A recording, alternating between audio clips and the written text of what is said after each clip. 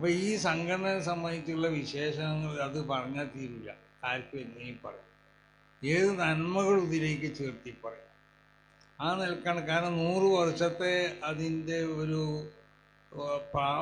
പ്രവർത്തന മണ്ഡലം അത് പരിശോധിച്ച് നോക്കിയാൽ മതി. ഇവിടെ ഈ രാജ്യത്തിന് വേണ്ടി എന്താണ് സമസ്ത കേരള ജമിയത്തുൽ ഉലമ ചെയ്തത്, ഈ രാജ്യത്തെ ജനങ്ങൾക്ക് വേണ്ടി എന്താണ് സമസ്ത കേരള ജമിയത്തുൽ ഉലമ ചെയ്തത്, ഈ രാജ്യത്തുള്ള ജനങ്ങൾ ഏത് വിശ്വാസക്കാരാണെങ്കിലും വിശ്വാസം ഇല്ലാത്തവരാണെങ്കിലും അവർ എങ്ങനെയാണ് അവർ ജീവിക്കേണ്ടത്, എങ്ങനെയാണ് പരസ്പരം അവർ സ്നേഹവും സഹോദര്യവും സന്തോഷമൊക്കെ കൈമാറേണ്ടത് എന്നാണ് സമസ്ത കേരള ജമിയത്തുൽ ഉലമ അവിടെ പഠിപ്പിച്ചിട്ടുള്ളത്. അതുതന്നെയാണ് നബി സല്ലല്ലാഹു അലൈഹി വസല്ലമ തങ്ങളും പഠിപ്പിച്ചത്. അപ്പോൾ മദീനത്ത് നബി സല്ലല്ലാഹു അലൈഹി വസല്ലമ തങ്ങൾ ചെന്നപ്പോൾ മദീനത്തുള്ള യഹൂദികളുമായിട്ട് പല കരാറുകളും നബി സല്ലല്ലാഹു അലൈഹി വസല്ലം, ആ കരാറുകൾ അവിടെ പിന്നെ പാലിക്കപ്പെടേണ്ട ആവശ്യമില്ലായിരുന്നു നബി സല്ലല്ലാഹു അലൈഹി വസല്ലമ തങ്ങൾ. അത്രമാത്രം ശക്തമായിരുന്നു അവിടുത്തെ ഭരണം. നബി സല്ലല്ലാഹു അലൈഹി വസല്ലമ തങ്ങളുടെ ഇസ്ലാമിക സാമ്രാജ്യം അവിടെ വളർന്ന് പന്തലിച്ചു. അങ്ങനെ പന്തലിച്ചപ്പോൾ പിന്നെ നിങ്ങളെ കരാറുകളൊന്നും നമ്മൾ നടപ്പിൽ എന്ന് പറഞ്ഞാലൊന്നും ചെയ്യാൻ കഴിയില്ല. പക്ഷെ നബി സല്ലല്ലാഹു അലൈഹി വസല്ലമ തങ്ങൾ അങ്ങനെയല്ല ചെയ്തത്. മദീനത്ത് യഹൂദികളുമായി കൊണ്ട് ചെയ്ത ആ കരാറുകളൊക്കെ നബി സല്ലല്ലാഹു അലൈഹി വസല്ലമ തങ്ങൾ നടപ്പിച്ചു. മക്കത്ത് മുശ്രിക്കുകളുമായി ചെയ്ത ഒരുപാട് കരാറുകൾ, സന്ധികളൊക്കെ ഉണ്ടായിരുന്നു. ആ സന്ധികളും നബി സല്ലല്ലാഹു അലൈഹി വസല്ലമ തങ്ങൾ ഇസ്ലാമിക സാമ്രാജ്യം വളർന്നു പന്തലിച്ചപ്പോൾ അത് നിറവേറ്റപ്പെടാതെയോ അത് പാലിക്കപ്പെടാതെയോ നിന്നില്ല. അതാണ് നബി സല്ലല്ലാഹു അലൈഹി വസല്ലമ തങ്ങൾ പഠിപ്പിച്ചതായ സന്ദേശം. ഒരു ഭരണകൂടം, ആ ഭരണകൂടത്തേക്ക് എത്രമാത്രം ശക്തിയുണ്ടെങ്കിലും ആ ഭരണകൂടത്തിൻ്റെ കീഴിലുള്ള ആളുകൾ ആ ഭരണകൂടത്തിൻ്റെ വിശ്വാസക്കാരായിക്കൊള്ളുന്നില്ല, അവർ വേറെ വിശ്വാസക്കാരായിരിക്കും. എന്നാൽ ആ വിശ്വാസക്കാരെ തകർത്ത് തരിപ്പണമാക്കുന്നതായ ഒരു സ്വഭാവം അത് പാടുമല്ല. ഇതാണ് നബി സല്ലല്ലാഹു അലൈഹി വസല്ലമ തങ്ങൾ പഠിപ്പിച്ചത്. ഈ സന്ദേശം ഉൾക്കൊണ്ടുകൊണ്ട് ജീവിക്കുന്നവരാണ് സമസ്ത കേരള ജമിയത്തുൽ ഉലമയുടെ അനുഭാവികൾ എന്നല്ല ഇവിടുത്തെ മുസ്ലിങ്ങൾ. അപ്പം മുസ്ലിങ്ങളാവുന്ന നമ്മളെ സംബന്ധിച്ചിടത്തോളം നമുക്ക് മാത്രമല്ല, ഇവിടുത്തെ എല്ലാ ന്യൂനപക്ഷങ്ങൾക്കും, മുസ്ലിങ്ങളടക്കമുള്ള എല്ലാ ന്യൂനപക്ഷങ്ങൾക്കും, നമ്മൾ മുസ്ലിങ്ങളുടെ കാര്യം മാത്രമല്ല പറയുന്നത്, മുസ്ലിങ്ങളല്ലാത്ത ആരുണ്ട്, ന്യൂനപക്ഷങ്ങളാവുന്ന ഏതെല്ലാം സമൂഹങ്ങളുണ്ട്, ആ സമൂഹങ്ങളുടെ ചില ആളുകളൊക്കെ എൻ്റെ സ്ഥാനാർത്ഥിയായി കൊണ്ട് നിശ്ചയിക്കപ്പെട്ടാൽ എന്നോട് ചിലപ്പോൾ പ്രാർത്ഥിക്കാനും മറ്റും വന്ന് പറയും. അപ്പം ഞാൻ പറയലെന്താണെന്ന് ചോദിച്ചാൽ, നീ ജയിച്ചോ എന്ന് പറയില്ല, നീ ജയിക്കട്ടെ എന്നും പറയില്ല. കാരണം അപ്പം തന്നെയാണ് അവൻ്റെ എതിരാളി വരുന്നത്. അപ്പോൾ അവനോടും പറയാം നീ ജയിക്കട്ടെ എന്ന് പറഞ്ഞാൽ, അപ്പോൾ അത് എൻ്റെ ഒരു ആത്മാർത്ഥതക്ക് അല്ലെങ്കിൽ എൻ്റെ ഒരു സത്യത്തിനൊക്കെ എതിരായ ഒരു സംഗതി. എന്നോട് ആര് വന്നാലും പുറത്ത് പൊട്ടിയിട്ട് നീ ജയിക്കട്ടെ എന്ന് പറയാം. അവൻ്റെ എതിരാളി വരുമ്പോൾ അവനും ജയിക്കട്ടെ എന്ന് പറയാം. ആരെയും ഒരാളല്ലേ ജയിക്കുള്ളൂ. അപ്പം ഞാനങ്ങനെ പറയലില്ല. ഞാൻ പറയലെന്താണെന്ന് ചോദിച്ചാൽ, അപ്പോൾ അതുകൊണ്ട് എനിക്ക് ഇപ്പോൾ ശ്രീമാൻ രമേശ് ചെന്നിത്തല മത്സരിക്കണമെന്നൊക്കെ മൂപ്പരെ എതിരാളി രണ്ടാളും ഒപ്പാണ് എൻ്റെ അടുത്ത് വന്നിട്ടെന്ന് നിൽക്കാം. എന്നാൽ രണ്ടാൾക്കും വായിക്കാൻ പറ്റുന്നതായ ഒരു ദ്വാര രണ്ടാളും കേൾപ്പിച്ചുകൊണ്ട് ഞാൻ പറയുന്നത്, ഈ ഇന്ത്യ രാജ്യത്തിൻ്റെ ജനാധിപത്യം, ഇവിടുത്തെ മതേതരത്വം, ഇവിടുത്തെ മതസൗഹാർദ്ദം, ഈ രാജ്യത്തിൻ്റെ പൈതൃകം, ഇവിടുത്തെ പാരമ്പര്യം, ഇവിടെ മുസ്ലിങ്ങളടക്കമുള്ളതായ മതന്യൂനപക്ഷങ്ങൾക്കുള്ളതായ അവകാശങ്ങൾ, മതന്യൂനപക്ഷങ്ങളുടെ അവകാശങ്ങൾ മാത്രമല്ല, അതുകൊണ്ട് നമ്മൾ അവസാനിപ്പിക്കുന്നില്ല, ഇന്ത്യയിലുള്ള എല്ലാ ആളുകളുടെയും അവകാശങ്ങൾ അത് സംരക്ഷിക്കണവൻ ആരാണോ, അതിനു വേണ്ടി പ്രവർത്തിക്കുന്നവൻ ആരാണോ അവൻ ജയിക്കട്ടെ എന്ന് പറയും. രണ്ടാൾക്കും അത് കുഴപ്പമുണ്ടാവില്ല. കാരണം രണ്ടാൾക്കും അത് സന്തോഷമായിരിക്കും. അങ്ങനെയാണ് ഞാൻ വിചാരിക്കും. അപ്പം ഇന്ന് ഈ വർഷം ഇപ്പോൾ പഞ്ചായത്ത് തിരഞ്ഞെടുപ്പ്, ജില്ലാ പഞ്ചായത്ത് തിരഞ്ഞെടുപ്പ്, ബ്ലോക്ക് പഞ്ചായത്ത് തിരഞ്ഞെടുപ്പ്, ഇങ്ങനെ പലതും മുനിസിപ്പാലിറ്റി തിരഞ്ഞെടുപ്പൊക്കെ നടക്കുന്നല്ലോ. അപ്പം ഇത് സ്ഥാനാർത്ഥിയെ നിശ്ചയിക്കപ്പെട്ടപ്പോൾ എല്ലാ ദിവസവും വീട്ടിൽ ഇങ്ങനെ ഓരോരുത്തർ വരും, അല്ലെങ്കിൽ ഞാൻ ഓരോരുത്തർ വരും. അപ്പം ഞാൻ പറയും, നീ ജയിക്കട്ടെ എന്ന് പറയില്ല, അല്ലെങ്കിൽ മറ്റോ വരുമ്പോൾ അവൻ ജയിക്കട്ടെ, എൻ്റെ എതിരാളി ജയിക്കട്ടെ എന്നും പറയില്ല. കാരണം ആരെങ്കിലും ഒരാളിൽ ജയിക്കുള്ളൂ. അപ്പം ഞാൻ അങ്ങനെ പറയുള്ളൂ. ഈ രാജ്യത്തിൻ്റെ അത് എന്തുകൊണ്ടെന്ന് വെച്ചാൽ സമസ്ത കേരള ജമീയത്തുൽ ഉലമ വിശ്വസിക്കുന്നതായ ഒരു വിശ്വാസത്തിൻ്റെ ഒരു ഭാഗമാണ് ഈ രാജ്യത്തെ ജനാധിപത്യം. ആ ജനാധിപത്യം ഇവിടെ സംരക്ഷിക്കപ്പെടണം. ആ ജനാധിപത്യം സംരക്ഷിക്കപ്പെടുന്നതിൻ്റെ ഒരു ഭാഗമാണ് നമ്മളൊക്കെ നമുക്കുള്ളതായ സമ്മതിദാന അവകാശം അത് രേഖപ്പെടുത്തുന്നത്. അതിന് നമ്മളാരും പിന്നോട്ട് പോകാൻ പാടുള്ളതല്ല. അപ്പോൾ ജനാധിപത്യം സംരക്ഷിക്കപ്പെടണം, ഇവിടുത്തെ മതേതരത്വം സംരക്ഷിക്കപ്പെടണം, മതസൗഹാർദ്ദം ഇവിടെ സംരക്ഷിക്കപ്പെടണം, മനുഷ്യ സ്നേഹം ഇവിടെ സംരക്ഷിക്കപ്പെടണം. മനുഷ്യരല്ലാത്ത ലോകത്തുള്ള സർവ്വ വസ്തുക്കളോടുള്ളതായ സ്നേഹവും അതിനോക്ക് വേണ്ടതായ സംരക്ഷണമൊക്കെ നമ്മൾ ഒരു മരമാണെങ്കിൽ ആ മരത്തിൻ്റെ സംരക്ഷണം നൽകണമെന്നല്ലേ, അത് ഇസ്ലാമിൻ്റെ ഒരു തിയറിയാണ്. ഇവിടെ വെള്ളമുണ്ട് എന്ന് വെക്കുക, വെള്ളത്തിൽ എങ്ങനെ ഉപയോഗിക്കണം, അത് കടലിലാണെങ്കിലും മഴ വർഷിക്കുമ്പോഴാണെങ്കിലും ആവശ്യത്തിലധികം വെള്ളം ഉപയോഗിക്കാൻ പാടില്ല. ഇത്രമാത്രം വിശുദ്ധമായ ഒരു മനുഷ്യൻ്റെ ജീവിതത്തിൽ അവൻ ജനിക്കപ്പെട്ടോളം മുതൽ അവൻ മരിക്കുന്നത് വരെയും മരണശേഷമുള്ളതായ കാര്യങ്ങളിലേക്കൊക്കെ വ്യക്തമാവുന്ന നിർദ്ദേശങ്ങൾ നൽകിയ ഒരു മതമാണ് വിശുദ്ധമായത്. പക്ഷേ ആ ഇസ്ലാമിൻ്റെ പേരിൽ ഇസ്ലാമികമാവുന്നതായ ഈ ആശയങ്ങളെയും ആദർശങ്ങളെയും ഒക്കെ വികലമാക്കിക്കൊണ്ടിട്ട് അതിനെ ചിത്രീകരിക്കപ്പെടുക, അല്ലെങ്കിൽ വിഗ്രഹമാക്കിക്കൊണ്ട് അതിനെ അവതരിപ്പിക്കപ്പെടുന്ന ഒരു വിഭാഗം ഉണ്ടായപ്പോഴാണ് സമസ്ത കേരള ജമീയത്തുൽ ഉലമ ഇവിടെ സ്ഥാപിക്കപ്പെട്ടത്. മഹാന്മാരാവുന്ന ഇവിടെ സൂചിപ്പിക്കപ്പെട്ടതായ പണ്ഡിതന്മാരും പണ്ഡിത ശ്രേഷ്ഠർ, അള്ളാഹുവിൻ്റെ ഔലിയാ വരക്കൽ മുല്ലക്കോയ തങ്ങൾ, പാങ്ങൽ അഹമ്മദ് കുട്ടി മുസ്ലിയാർ അടക്കമുള്ള ആ മഹത്തുക്കളൊക്കെ ഇതിനിവിടെ സ്ഥാപിച്ചത്. കാരണം സംഘടിതമായിട്ടാണ് ഇങ്ങനത്തെ ആശയങ്ങളെ ഇനി പ്രതിരോധിക്കാനും അതിനെ എതിർക്കാനും സാധിക്കുള്ളൂ. മുമ്പ് അതിൻ്റെ ആവശ്യമില്ലെന്ന്. ഇമാം ഷാഫി തങ്ങളുടെ കാലഘട്ടത്തിൽ ഇമാം ഷാഫി മാത്രം മതിയായിരുന്നു. അബൂ ഹനീഫ ഇമാമിൻ്റെ അങ്ങനെയൊക്കെ ആ കാലഘട്ടത്തിലുള്ള പണ്ഡിതന്മാർ അന്നൊരു സംഘടിതമായുള്ളതായ ഒരു പ്രവർത്തനത്തിന് അന്ന് ആവശ്യമില്ല. കാരണം അത്രമാത്രം മഹത്തുക്കളായിരുന്നു. ഒരു പണ്ഡിതൻ എന്നുള്ളത് ഒരു സമൂഹമായിരുന്നു അവർ. ഇബ്രാഹിം നബി അലൈഹി സ്വലാത്തു വസ്സലാമിനെ പറ്റി പറഞ്ഞതുപോലെ. പിന്നീട് കാലങ്ങൾ കുറേ കഴിഞ്ഞപ്പോൾ ഇവിടുത്തെ നന്മകളൊക്കെ ഉയരാൻ തുടങ്ങിയല്ലോ. നബി സല്ലല്ലാഹു അലൈഹി വസല്ലമ തങ്ങൾ പറഞ്ഞതുപോലെ ലാ യസാലുന്നാസു ഫീ ഖൈർ മാ തഫാദലൂന. ജനങ്ങൾ പരസ്പരം ബഹുമാനിച്ച് ആദരിച്ച് പിന്നെ വില കൽപ്പിക്കപ്പെടേണ്ടവനക്ക് വില കൽപ്പിച്ചുകൊണ്ടിട്ട് ബഹുമാനിക്കപ്പെടേണ്ടവനെ ബഹുമാനിച്ചുകൊണ്ട് ജീവിക്കുന്ന കാലഘട്ടത്തോളം ഇവിടെ നന്മകൾ ഉണ്ടാവും. ഇപ്പോൾ നമ്മൾ ഇവിടെ വരുമ്പോൾ നമ്മൾ ബഹുമാനിച്ചുകൊണ്ട് ഇവിടുത്തെ ആളുകളൊക്കെ ബഹുമാനിച്ചു. പ്രത്യേകിച്ച് ബദ്രി ബഹുമാനിച്ചു, രമേശ് ചെന്നിത്തല ബഹുമാനിച്ചു. അവർ നമ്മൾ അങ്ങോട്ടും ബഹുമാനിക്കും, ആദരിക്കുകയൊക്കെ ചെയ്യും. നമ്മൾ വാപ്പനെ ബഹുമാനിക്കും, ഉസ്താദന്മാരെ ബഹുമാനിക്കും, വാപ്പൻ്റെ പ്രായക്കാരെ ബഹുമാനിക്കും, നമ്മളെ ഉസ്താദന്മാരുടെ പ്രായക്കാരെ ബഹുമാനിക്കും, പ്രായം കുറഞ്ഞവരെ നമ്മൾ സ്നേഹിക്കും. അപ്പോൾ ഈ ബഹുമാന ആദരവ് ഉണ്ടാവുന്ന കാലത്തോളം ഇവിടെ ഈ ഏത് കാലഘട്ടം ആ കാലഘട്ടം ഉത്തമമായ കാലഘട്ടമാണെന്ന് പറയാം. നേരെ മറിച്ച് ഫൈൻ തസാവും എല്ലാവരും സമന്മാരാണെന്ന് ധരിച്ചു കഴിഞ്ഞാൽ യഹ്ലിക്കൂൻ അതവരെ നാശത്തിൻ്റെ തുടക്കമായി. അതാണെന്ന് നമുക്ക് സംഭവിച്ചത്. എല്ലാവരും സമന്മാരാണ്. അങ്ങനെയല്ലേ? ഞാൻ എപ്പോഴും പറയലുണ്ട്, മക്കൾ പറയും പാപ്പാനോട് നിങ്ങൾ ആദ്യം ജനിച്ചോണ്ടല്ലേ, നേരെ മറിച്ച് ഞാൻ ആദ്യം ജനിച്ചിട്ടാണെങ്കിൽ നിങ്ങളെ ഞാൻ ഉണ്ടാക്കും എന്നാണ് പറയുന്നത്.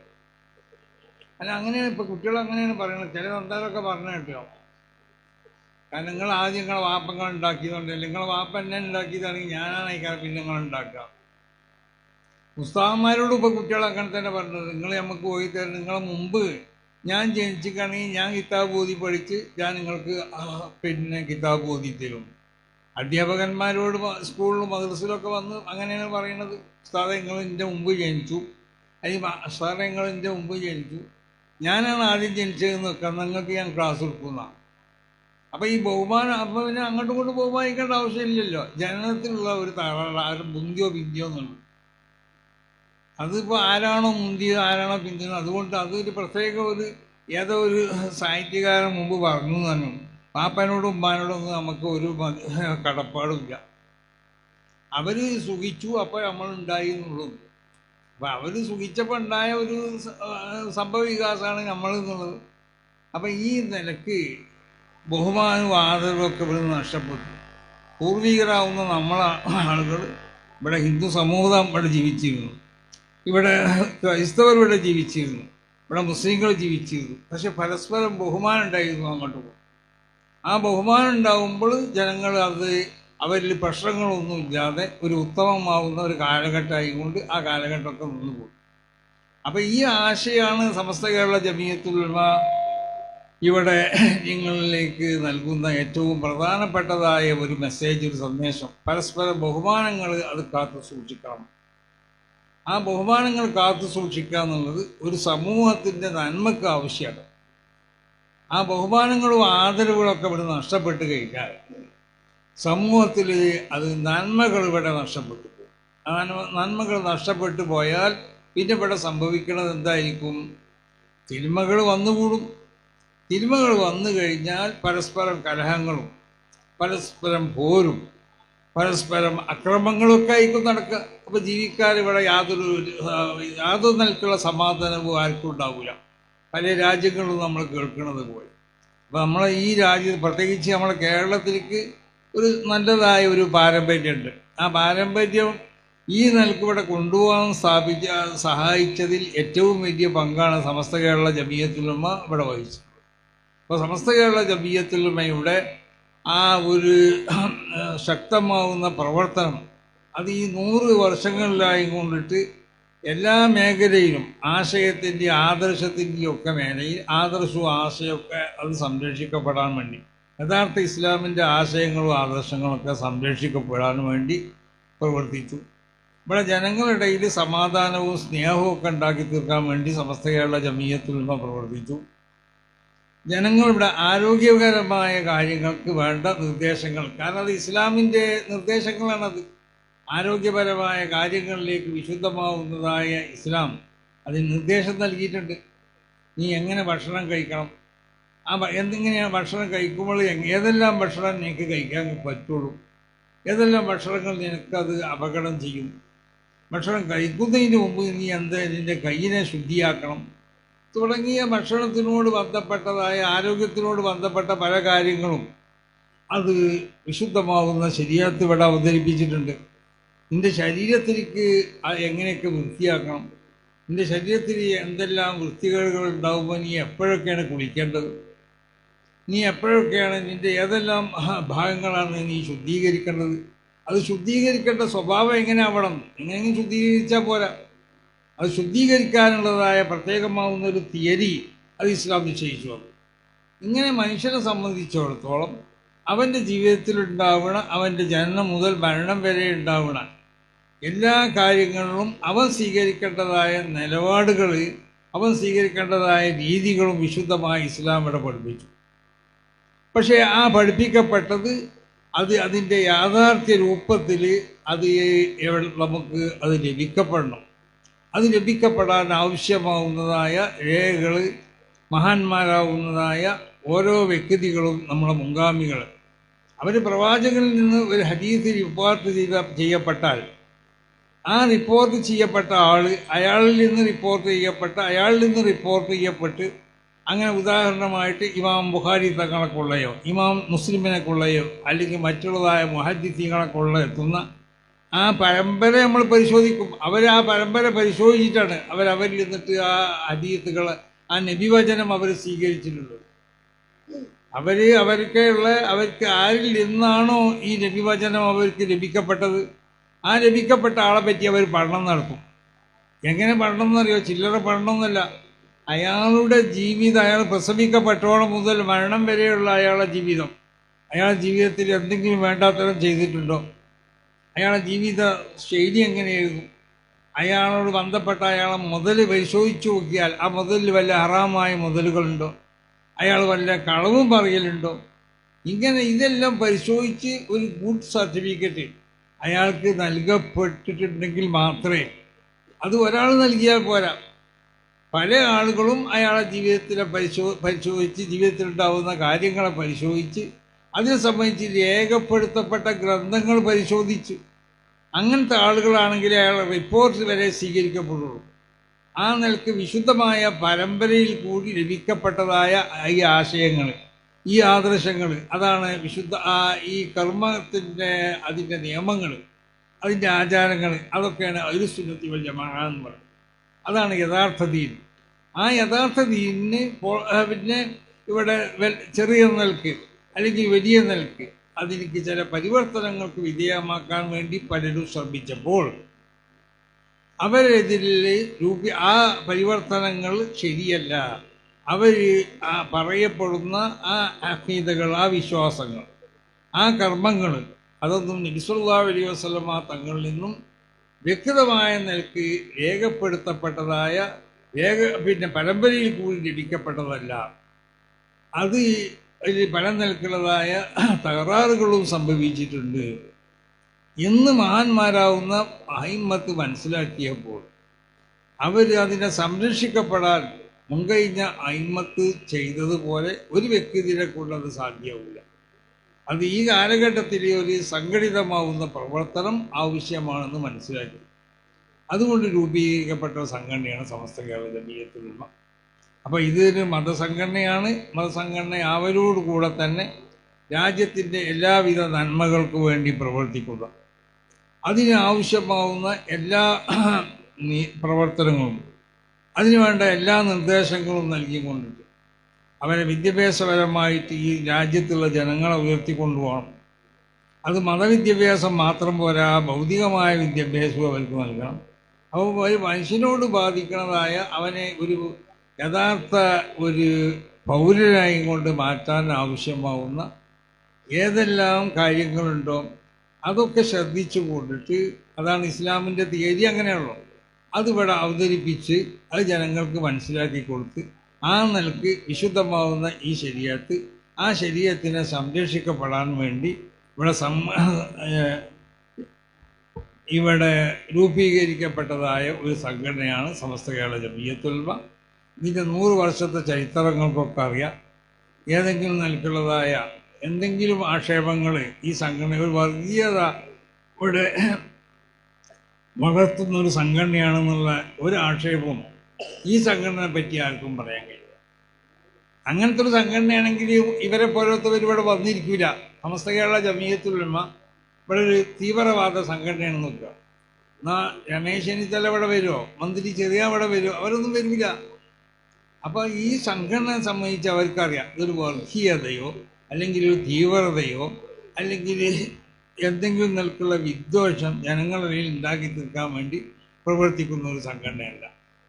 രാജ്യത്തിൻ്റെ നന്മക്ക് വേണ്ടി പ്രവർത്തിക്കുന്ന ഒരു സംഘടനയാണ്. രാജ്യത്തിൻ്റെ മൊത്തത്തിലുള്ള പൗരന്മാരുടെ ഗുണത്തിന് വേണ്ടി പ്രവർത്തിക്കുന്ന ഒരു സംഘടനയാണ്. പ്രത്യേകിച്ച് മുസ്ലിങ്ങളെ അവരെ ആത്മീയമായിട്ടും ധാർമ്മികമായിട്ടും ഭൗതികമായും ഒക്കെ ഉയർത്താൻ ആവശ്യമാവുന്ന നിർദ്ദേശങ്ങളും മറ്റും അത് നൽകിക്കൊണ്ട് പ്രവർത്തിക്കുന്ന സംഘടനയാണെന്ന്. അപ്പോൾ അതുകൊണ്ട് ഇവിടെ കൂടിയതായ ആളുകളോടൊക്കെ പറയാനുള്ളത്, നിങ്ങൾ സമസ്ത കേരള ജമിയത്തുൽ ഉലമയുടെ 100ാം ആദ്യമായി പറയാനുള്ളത് സമസ്ത കേരള ജമിയത്തുൽ ഉലമയുടെ പിന്നിൽ അടിയുറച്ച് നിൽക്കണം. നിങ്ങൾക്ക് മതപരമായ നിലക്കുള്ള ആ ദർശനം നൽകുന്ന സംഘടനയാണ് സമസ്ത കേരള ജമിയത്തുൽ ഉലമ. അതുകൊണ്ട് നിങ്ങളുടെ ആഖിറം രക്ഷപ്പെടും. അപ്പോൾ നമ്മൾ ആഖിറം രക്ഷപ്പെടലാണ് നമ്മളൊക്കെ ലക്ഷ്യം.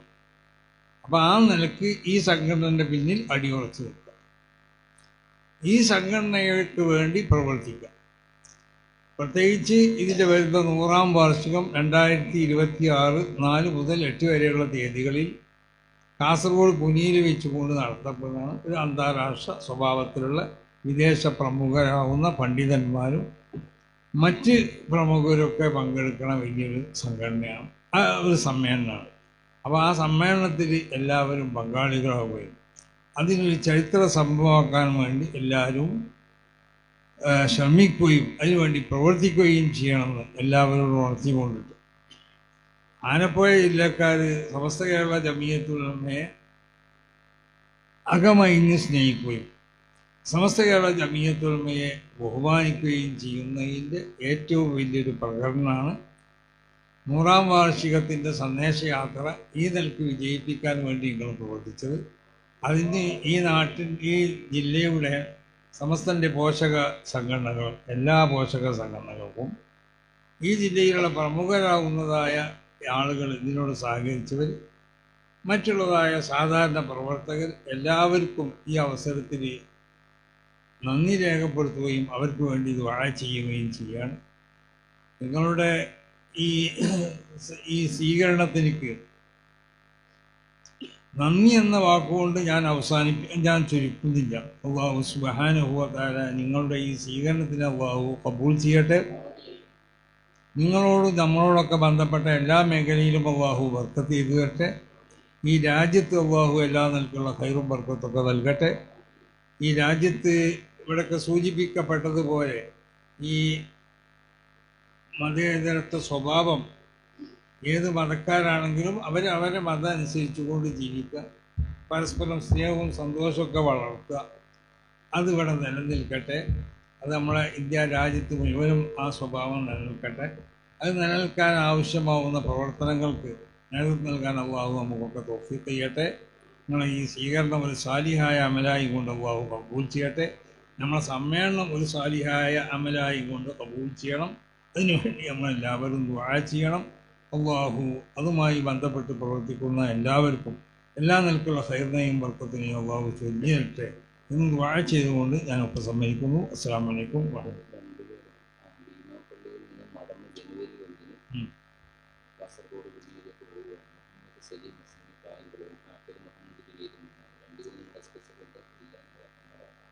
നമ്മുടെ പരിപാടി ഉടൻ അവസാനിക്കും. ഒരാളും പോകരുതെന്ന് പ്രത്യേകം ഓർമ്മപ്പെടുത്തുകയാണ്. വളരെ പെട്ടെന്ന് സമസ്ത 100-ാം വാർഷിക വേദിയിലേക്ക് 2026 ജനുവരി 1-ന് തിരുവനന്തപുരം ഭീമാ പള്ളിയിൽ നിന്ന് കാൽനടയായി വരുന്നതാണ്. അതിപ്പോൾ നമ്മൾ അതിന് കാൽനടയായി വരേണ്ട ആവശ്യമില്ല. അപ്പോൾ പിന്നെ നല്ല സൗകര്യങ്ങളൊക്കെ ഉണ്ട്. ഇവിടുന്ന് പോന്നാൽ നേരെ മംഗലാപുരത്ത് ചെന്ന് ഇറങ്ങാം. അതല്ലെങ്കിൽ ട്രെയിനിന് പോയിക്കാണെങ്കിൽ അവിടെ പോയി ഇറങ്ങാം, ബസ്സിന് പോകാം, കാർ സൗകര്യങ്ങളൊക്കെ.